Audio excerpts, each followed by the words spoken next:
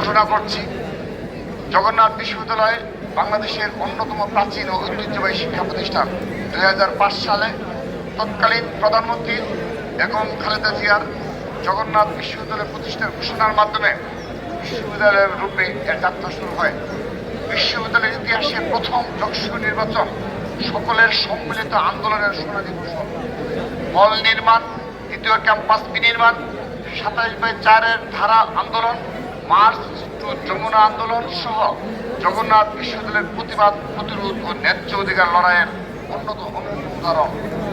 রক্তাক্ত জুলাই গণ অভ্যুত্থানে শহীদ সাজিদের আত্মদান আমাদের গর্বিত করে। গুম হওয়া রাসেল রানা আলামিনের আপসিকতা আমাদের অনুপ্রেরণা। স্বৈরাচার বিরুদ্ধে আন্দোলন, 90-এর গণ অভ্যুত্থান, 1/11, দীর্ঘ 17 বছর ফ্যাসিবাদ বিরুদ্ধে লড়াই আমাদেরকে আত্মদানে অনুপ্রেরণা যোগায়। শিক্ষার্থীদের কার্যকর প্রতিনিধিত্ব নিশ্চিত করার লক্ষ্যে আগামী 22 ডিসেম্বর 2025 তারিখে অনুষ্ঠিত হতে যাচ্ছে সকলের অতি আকাঙ্ক্ষিত যশস্বী। আসন্ন যশস্বী নির্বাচনে গণতন্ত্র, সাম্য, মানবিকতা, বহুমত ও মতাদর্শের পারস্পরিক সহাবস্থান, অবাধ মত প্রকাশের স্বাধীনতা, মানসম্মত উচ্চশিক্ষা, সভাপতি পদে এই ঐক্যবদ্ধ নির্ভীক জবিয়ান প্যানেল মোহাম্মদ রাকিব অর্থাৎ AKM রাকিবকে মনোনীত করেছে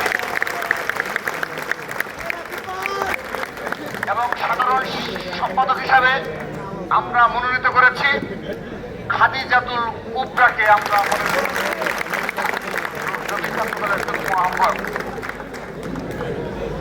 এবং সহসাধারণ হিসাবে আমরা মনোনীত করেছি জগন্নাথ বিশ্ববিদ্যালয়ের প্রিয় মুখ, জুলাই আগস্ট গণঅভ্যুত্থানের অন্যতম নেতৃত্ব দানকারী BM আতিকুর রহমান তানজিলকে।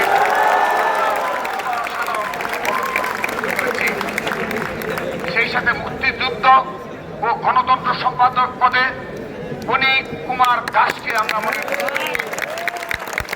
শিক্ষা ও গবেষণা সম্পাদক পদে নুসরাত চৌধুরী জাফরিকে আমরা মনোনীত করেছি।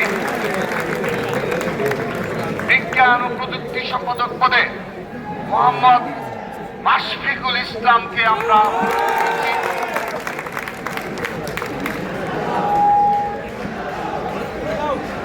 সেই সাথে স্বাস্থ্য ও পরিবেশ সম্পাদক পদে আল শারিয়ার শাওনকে আমরা মনোনীত করেছি। আইন ও মানবাধিকার সম্পাদক পদে অর্ঘ শ্রেষ্ঠ দাসকে আমরা মনোনীত করেছি। আন্তর্জাতিক সম্পাদক পদে মনোনয়ন পেয়েছেন অপু মুন্সি। আমরা সাহিত্য ও সংস্কৃতি বিষয়ক সম্পাদক পদে তাকরিম আহমেদকে আমরা ক্রীড়া সম্পাদক পদে মোহাম্মদ কামরুল হাসান নাফিসকে আমরা মনোনীত করেছি। ক্যাপ্টেন মোহাম্মদ কামরুল হাসান নাফিস।